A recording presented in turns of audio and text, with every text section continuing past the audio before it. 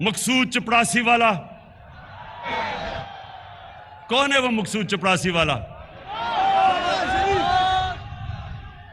मकसूद चपड़ासी वाला शोबाज जूते पॉलिश करने वाला,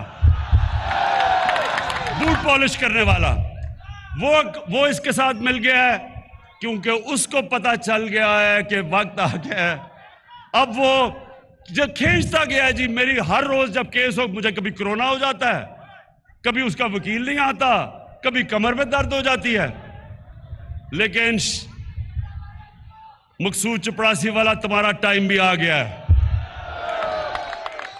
तुम्हारा भी, तुम्हें पता है कि अगले 3 महीने के बाद तुम पूरी तरह जेल में डालोगे, और जो तुमने अरबों रुपया इस मुल्क के बाहर अपने बेटे को बाहर बैठाया हुआ है, अपने दामाद को बाहर बैठाया हुआ है, फिक्र ना करो, उनको से पैसा हम वापस लाके बिजली की कीमत और कम करेंगे।